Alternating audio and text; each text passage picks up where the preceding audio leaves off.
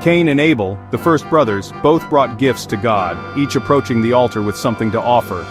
Their actions on the surface seemed similar: two men, two offerings, both seeking to connect with the divine. Yet, in a moment that would echo through history, only one offering was accepted, while the other was quietly set aside. The real difference wasn't in the outward appearance of their gifts, or even in the type of offering they brought. It was something deeper, something invisible to the eye but clear to God: the reason behind their giving. Abel's heart was sincere. He came with reverence and love, wanting to honor God above all else. His approach was humble, filled with gratitude and awe, as he offered the best he had. His offering reflected genuine faith, not just ritual. Abel's gift was an expression of trust, a way of saying, "God, I give you my best because I believe in you." Cain, on the other hand, gave out of routine or obligation. His heart wasn't in it, he simply did what was expected, without true devotion or joy. He went through the motions, but his heart wasn't truly engaged. His offering lacked the warmth of faith and the spark of genuine relationship. God looks beyond the surface. He sees our true intentions, the thoughts and feelings that drive our actions even when no one else can.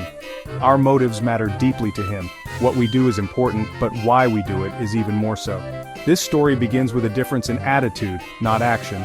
It's a lesson about the inner life, about the spirit in which we approach God and others. Before any anger or violence, before jealousy or conflict, there was a difference in worship, a difference in the heart. How we approach God is just as important as what we bring. Our preparation, our mindset, and our willingness to be present all shape the meaning of our offering. It's a reminder to check our hearts before we offer anything. Are we truly present? Are we truly giving? Or are we just going through the motions? The story of Cain and Abel invites us to bring our whole selves, heart, mind, and spirit whenever we come before God. In the book of Genesis, we encounter two brothers, Cain and Abel, each bringing an offering to God. Cain, a farmer, gathered some of his crops, just the usual harvest, nothing out of the ordinary. He simply brought what was available, not going out of his way to select the finest or most valuable produce. His offering was routine, lacking any special thought or effort. Abel, on the other hand, was a shepherd. He chose the very best portions from the firstborn of his flock, an unblemished, precious lamb.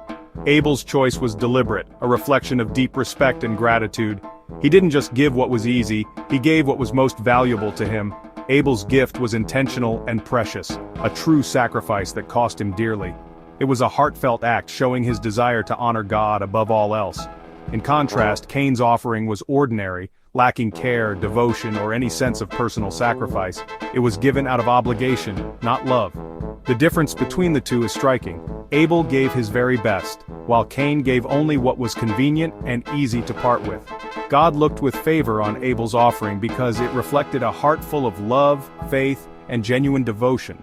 Abel's gift truly cost him something. It was a sacrifice that revealed where his treasure and priorities lay. Cain's offering, on the other hand, lacked that depth of devotion and meaning. It was given without much thought or care. This story reminds us that God desires our best, not our leftovers or what we can easily spare. He wants offerings that come from a place of love, respect, and genuine commitment, not just routine or habit. The story of Cain and Abel highlights a timeless truth. God cherishes gifts given with sincerity and all our heart. Our offerings, whether big or small, reveal what truly matters to us and where our priorities lie. What we give and the spirit in which we give matters deeply to God, shaping our relationship with Him and reflecting the condition of our hearts. God cares about the heart behind the gift. It's not the size, the value, or even the beauty of what we offer that matters most to Him. Instead, God looks deeper, beyond the surface, searching for the true intentions and feelings that motivate our actions. When we give, He sees whether our hearts are filled with love, gratitude, and sincerity, or if we're simply going through the motions. Outward actions are just windows to our inner selves. What we do on the outside can reveal what's happening inside, but it's the inner reality that truly counts. Our gestures, words, and rituals are meaningful only when they reflect genuine feelings and beliefs. If a gift is given without genuine feeling, it loses its meaning. A present offered out of obligation or routine, without warmth or care, is empty. The recipient may sense the lack of true connection, and the act itself becomes hollow. God desires heartfelt devotion, not empty rituals. He wants us to approach him with honesty and openness, not just follow traditions for their own sake. True worship is about relationship, not routine. Abel's offering was accepted because his heart was humble and full of faith. He gave with a spirit of trust and reverence, seeking to honor God above all else. His actions were an expression of his deep love and respect. His actions flowed from sincere love and commitment. Abel's gift was a reflection of his inner devotion, and that's what made it pleasing to God. Cain's offering, by contrast, was likely given out of duty or habit. God saw the difference. He noticed the lack of genuine feeling, the absence of true faith, and the reluctance in Cain's heart. This story teaches us, worship, service, and giving all start in the heart.